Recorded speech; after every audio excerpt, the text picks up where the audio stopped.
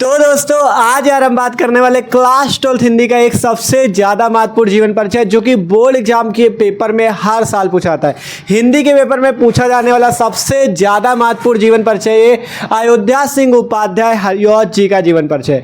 और बात करें कैसे आपको इसको बोर्ड एग्जाम की कॉपी पे लिखना है, वो भी आपको बहुत ही मस्त तरीके से बताने वाले। तो आज का ये वीडियो यार आपका बहुत ज़्यादा महत्वपूर्ण वीडियो है, जिसमें आज हम आपको बताएंगे कैसे आप अयोध्या सिंह उपाध्याय हरिऔध जी का जीवन परिचय लिख सकते हो अपनी भाषा में, और वो भी एकदम आसान शब्दों में बना बना के अपने शब्दों में लिखना है। और 5 नंबर एकदम पक्के कर लेने, ठीक है। 5 नंबर का जीवन परिचय पूछा जाता है और रटना बिल्कुल नहीं, केवल आपको बना बना के अपने शब्दों में लिखना है और 5 नंबर पूरे पूरे आपको एग्जामिनर देगा, ठीक है। देखो मेन चीज यार जान लो, आप लोग एक चीज जान लो कि मेन क्या होता है लिखने का तरीका। अगर आपने बोर्ड एग्जाम की कॉपी पे मस्त तरीके से लिखा है, तो आपको एग्जामिनर क्या करता है, फुल पे फुल नंबर देता है। तो एक चीज आपको यही ध्यान रखना है कि आपको ट्रिक से लिखना है, बना बना के अपने शब्दों में लिखना है। अगर आप ऐसे लिखते हो तो आपको एग्जामिनर पूरे पूरे नंबर देता है। आप कैसे लिखना है वो आज हम आपको इस वीडियो पे बताएंगे। तो आपको रटना बिल्कुल नहीं, एकदम आसान शब्दों में आपको लिखना है। तो शुरू करते हैं हम लोग अयोध्या सिंह उपाध्याय हरिऔध जी का जीवन परिचय। और एक चीज जान लो, तैयार कर लेना, मोस्ट इंपॉर्टेंट है, ठीक है। तो शुरू करें। देखो अगर बात करें हिंदी के पेपर में, तो हिंदी के पेपर में प्रश्नोत्तर संख्या 5 का और प्रश्नोत्तर संख्या 5 के खा, इन पे जीवन परिचय पूछा जाता है। तो सबसे पहले आपको बोर्ड एग्जाम कॉपी पे कैसे लिखना है, देखो कॉपी पे लिखने के लिए आपके पास क्या क्या होना चाहिए। बोर्ड एग्जाम में आपके पास ब्लैक पेन होना चाहिए, ब्लू पेन होना चाहिए, ब्लैक स्केच होना चाहिए और ब्लू स्केच, और क्या होनी चाहिए, पटरी स्केल होनी चाहिए। इतनी चीजें आपके पास होनी चाहिए, आप मस्त तरीके से लिख के आओगे, ठीक है। तो सबसे पहले आपको ऊपर हेडिंग लगा देनी, ब्लैक स्केच या ब्लू स्केच से प्रश्नोत्तर संख्या 5 का, इस टाइप से हेडिंग आपको लगा देना, ब्लैक या ब्लू स्केच से प्रश्नोत्तर संख्या 5 का। अब इसके बाद आप लिखने किसके वाले हो, जीवन परिचय अयोध्या सिंह उपाध्याय हरिऔध जी का। तो आपको यहाँ पे लिखना है अयोध्या सिंह उपाध्याय हरिऔध, हेडिंग लगा देनी है ब्लैक या ब्लू स्केच से। आप देखो आपसे पूछा क्या क्या जाता है, आपसे पूछा जाता है कवि या लेखक का साहित्यिक परिचय देते हुए उनकी प्रमुख रचनाओं का उल्लेख कीजिए। तो हम आपको जीवन परिचय, साहित्यिक परिचय और रचनाएं सब कुछ बताएंगे यहाँ पे, ठीक है। तो आपको अच्छे से समझना है। आप देखो जैसे हम लोग क्या लिख रहे हैं, अयोध्या सिंह उपाध्याय हरिऔध जी का जीवन परिचय लिख रहे हो, तो जिस भी कवि या लेखक का आप जीवन परिचय लिखो, सबसे पहले क्या करो, उस कवि या लेखक के जीवन के बारे में जो महत्वपूर्ण बिंदु है, जैसे जन्म, मृत्यु, माता का नाम, पिता का नाम, जन्म स्थान और उनकी कुछ प्रमुख रचनाएं, इस टाइप से आपको लिखना है एक ब्रैकेट पे। ऐसा क्यों कह रहे हैं, देखो आप मान लो जब एग्जामिनर कॉपी चेक करता है, मान लो आपके पास इतनी सारी उसके पास कॉपियां हैं, वो कॉपी चेक करता है, उसके बाद इतना समय नहीं होता कि वो आपका एक एक चीज यहाँ पे पढ़ेगा। मेन चीज क्या होता है, मेन चीज ये होता है जन्म कितना है, मृत्यु कितनी, जन्म स्थान, माता का नाम, पिता का नाम, रचनाएं।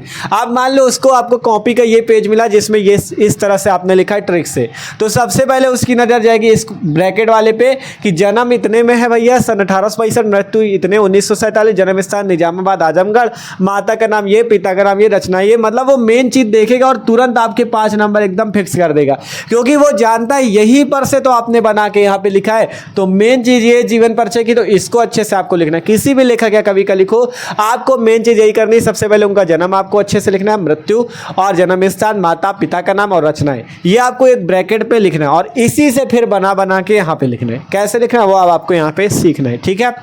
तो सबसे पहले हमने लिखा जन्म अयोध्या सिंह उपाध्याय हरिऔध जी का। जन्म इनका हुआ था सन 1865 ईस्वी। अयोध्या सिंह उपाध्याय हरिऔध जी का जन्म कब हुआ था, सन 1865 ईस्वी में। बात करें इनकी मृत्यु की, तो इनकी मृत्यु हुई थी सन 1947 ईस्वी को। मृत्यु कब हुई थी, सन 1947 ईस्वी को। इनके जन्म का स्थान क्या है, किस स्थान पर इनका जन्म हुआ, तो वो है निजामाबाद आजमगढ़ उत्तर प्रदेश। आजमगढ़ के निजामाबाद में हुआ था इनका जन्म, ठीक है। इनकी माता जी का क्या नाम है, इनकी माता जी का नाम है रुक्मिणी देवी, ठीक है। इनकी माता जी का नाम है रुक्मिणी देवी और पिताजी का क्या नाम है, इनके पिताजी का नाम है भोला सिंह उपाध्याय। क्या नाम पिताजी का, भोला सिंह उपाध्याय। रचनाओं की बात करें तो इनकी कुछ प्रमुख रचनाएं जैसे प्रियप्रवास, वैदेही वनवास, परिजात आदि, इस टाइप से 2-3 रचनाएं लिख के आपको आदि कर देना। नीचे भी हमने कई सारी रचनाएं लिखी, लेकिन यहाँ पे सारी नहीं लिखनी, यहाँ पे आपको 2 या 3 रचनाएं लिख देनी है। तो हमने लिख दिया प्रियप्रवास, वैदेही वनवास, परिजात आदि। अब इसके बाद इतना लिखने के बाद आपके पास जो ब्लू या ब्लैक स्केच होगा और जो पटरी होगी उससे आपको इस टाइप से एक ब्रैकेट बना देना है, ठीक है। मेन चीज़ लिख गया तो एग्जामिनर के सामने ये अच्छे से दिखेगा तो वो तुरंत पूरे नंबर देता है। ठीक है, अब ये चीज़ हो गया। अब इसके बाद आपको यहाँ पे हेडिंग लगानी जीवन परिचय और अपनी भाषा में बना बना के लिखना। अब बना बना के लिखने का ये मतलब नहीं कि गाना लिख देना है, ये सब नहीं करना। आपको उन्हीं के जीवन परिचय के बारे में कुछ बातें समझनी है और उनको अपने शब्दों में लिखना है। ये चीज़ कह रहे हैं, कैसे लिखना है वो समझो। सबसे पहली लाइन रहेगी इनके जन्म के बारे में कि अयोध्या सिंह उपाध्याय हरिऔध जी का जन्म सन 1865 ईस्वी में कहाँ हुआ था? निजामाबाद आजमगढ़ उत्तर प्रदेश में हुआ था। पहली लाइन ये रहेगी कि अयोध्या सिंह उपाध्याय हरिऔध जी का जन्म सन 1865 ईस्वी में कहाँ हुआ था? निजामाबाद आजमगढ़ उत्तर प्रदेश में हुआ था। फिर लिखना है इनके माता और पिता का नाम। आपको लिखा गया पहले इनके पिताजी का नाम भोला सिंह उपाध्याय तथा माता जी का नाम रुक्मणी देवी था। देख सकते हो हमने यही लिखा है पहली लाइन कि अयोध्या सिंह उपाध्याय का जन्म सन 1865 ईस्वी में निजामाबाद आजमगढ़ उत्तर प्रदेश में हुआ था।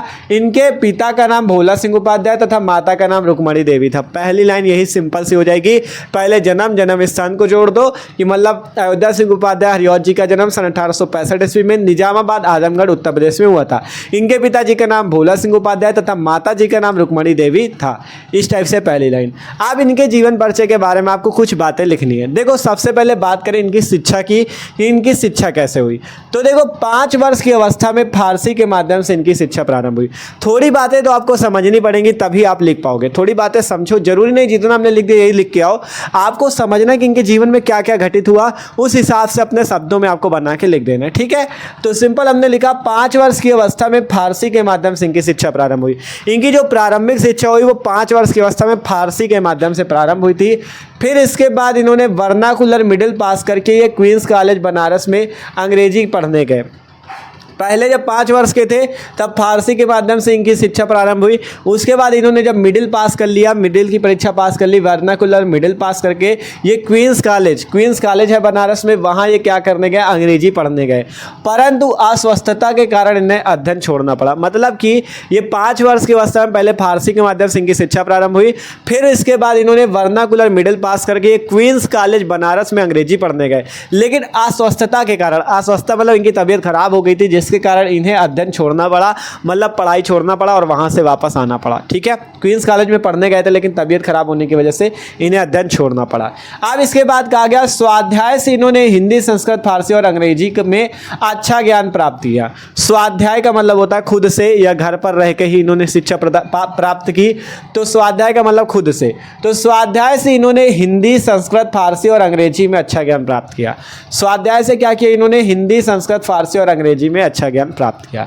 अब इसके बाद लिखा गया कि निजामाबाद के मिडिल स्कूल, ठीक है, इसके बाद इन्होंने निजामाबाद के मिडिल स्कूल के अध्यापक, ये अध्यापक भी रहे। निजामाबाद में एक मिडिल स्कूल था, उसमें ये क्या रह चुके हैं? अध्यापक, टीचर रह चुके हैं, कानूनगो रह चुके हैं और काशी विश्वविद्यालय में अवैतनिक शिक्षा के पदों पर भी इन्होंने कार्य किया। मतलब काशी विश्वविद्यालय में भी बहुत सारे शिक्षा के पदों में इन्होंने कार्य किया है।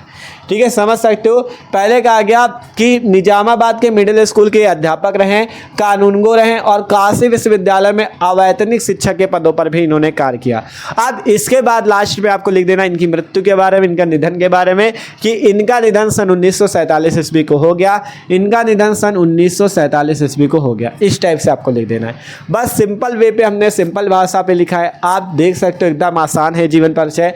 अपनी भाषा में आप लिख सकते हो, जरूरी नहीं जितना आपने लिख दिया वही लिखा हो। आपको अपने शब्दों में लिखना, जितना जोड़ सको अपने बना बना के, मतलब उनके जीवन के बारे में लिखना। अयोध्या सिंह उपाध्याय ने ये किया, मतलब उन्होंने ऐसे पढ़ा, प्रारंभिक शिक्षा ऐसे हुई, अपनी भाषा में लिखना है। ठीक है, बस इधर उधर की चीज़ें नहीं लिखना, आपको जीवन परिचय के बारे में ही लिखना है। और ये मेन चीज़ जरूर तैयार होनी चाहिए। ये तैयार है तो आप बना सकते हो अपने शब्दों में। सबसे पहले देख सकते हो हमने ये चीज़, तो आपको सारे जीवन परिचय पे फॉलो करना है। पहले उनके जन्म सन 1865 ईस्वी में निजामाबाद आजमगढ़ उत्तर प्रदेश में हुआ था। इनके पिताजी का नाम भोला सिंह उपाध्याय तथा माता जी का नाम रुक्मणी देवी था। 5 वर्ष की अवस्था में फारसी के माध्यम से इनकी शिक्षा प्रारंभ हुई। फिर वर्नाकुलर मिडिल पास करके क्वींस कॉलेज बनारस में अंग्रेजी पढ़ने गए, परंतु अस्वस्थता, तबीयत खराब होने की वजह से इन्हें कॉलेज छोड़ना पड़ा या अध्ययन छोड़ना पड़ा? स्वाध्याय अर्थात खुद से इन्होंने हिंदी, संस्कृत, फारसी और अंग्रेजी में अच्छा ज्ञान प्राप्त किया।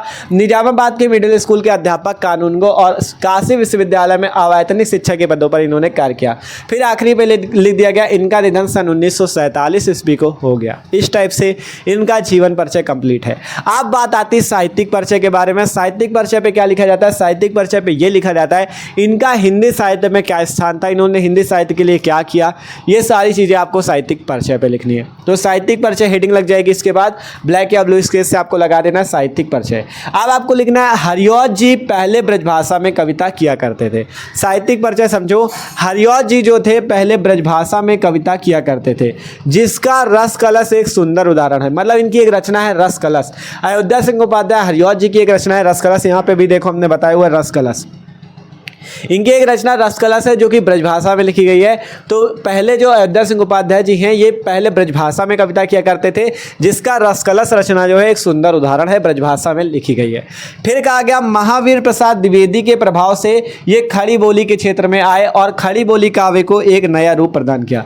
मतलब महावीर प्रसाद द्विवेदी जी जो थे वो खड़ी बोली में रचनाएं करते थे, जिसके कारण इनके प्रभाव में आकर, ठीक है, कहा गया ना महावीर प्रसाद द्विवेदी के प्रभाव से आके, मतलब ये पहले खड़ी बोली में रचनाएं करते थे महावीर प्रसाद द्विवेदी जी, तो उनके प्रभाव में आके ये भी मतलब उनसे प्रभावित होकर ये भी खड़ी बोली में रचनाएं करने लगे। तो कहा गया महावीर प्रसाद द्विवेदी के प्रभाव से ये भी खड़ी बोली के क्षेत्र में आए और खड़ी बोली काव्य को एक नया रूप प्रदान किया। मतलब बहुत अच्छी अच्छी रचनाएं इसमें की, एक नया रूप प्रदान किया। तो इस टाइप से इनका साहित्यिक परिचय। देखो जरूरी नहीं हमने 2-3 लाइन में लिख दिया, आप इतना ही लिख दो। आपको देखो जीवन परिचय 80 शब्दों में लिखना है। 80 शब्दों में जीवन परिचय लिखना है। आप अपनी भाषा में बना के लिख सकते हो। जरूरी नहीं जितना हमने साहित्यिक परिचय में लिख दिया आपको ये लिखना है। आप अपनी भाषा में बना सकते हो, ये बहुत अच्छे लेखक थे, ठीक है, सॉरी ये कवि हैं, तो आप लिख सकते हो ये बहुत अच्छे कवि थे, इन्होंने ये रचना की। अपनी भाषा में 1-2 लाइन जोड़ भी सकते हो। 80 शब्दों से ज़्यादा ना लिखना, 80, 90, 100 शब्द हो जाए, इससे ज़्यादा ना लिखना, ठीक है। 80, 90, 100 शब्दों में जीवन परिचय कंप्लीट कर देना। साहित्यिक परिचय इस टाइप से हो जाएगा। अब इसके बाद आपको किसी भी लेखक या कवि का जीवन परिचय याद करना है तो आपको रचनाएं जरूर तैयार होनी चाहिए। उनकी 6 से 7 रचनाएं तैयार कर लो। 5, 6, 7 रचनाएं अगर तैयार कर लेते हो तो रचनाएं आप लिख सकते हो, क्योंकि रचनाएं पेपर में पूछी जाती है।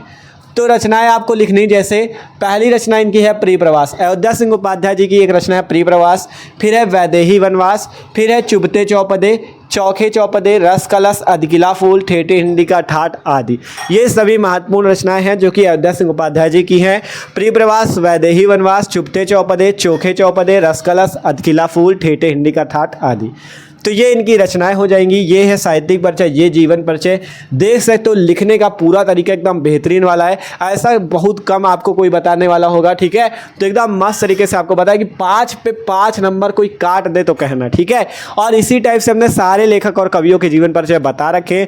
तो जो लोग चैनल पर ना हो सब्सक्राइब कर लो, क्योंकि मस्त तरीके से हम आपकी तैयारी करा रहे हैं क्लास 12 की, जिससे आपको एग्जाम में फुल पे फुल नंबर मिल सके। और चैनल पर हिंदी की प्लेलिस्ट मिल जाएगी, वहाँ पर हमने और भी कवि और लेखकों के जीवन परिचय करा रखे, आप लोग वहां से जाके देख सकते हो, ठीक है।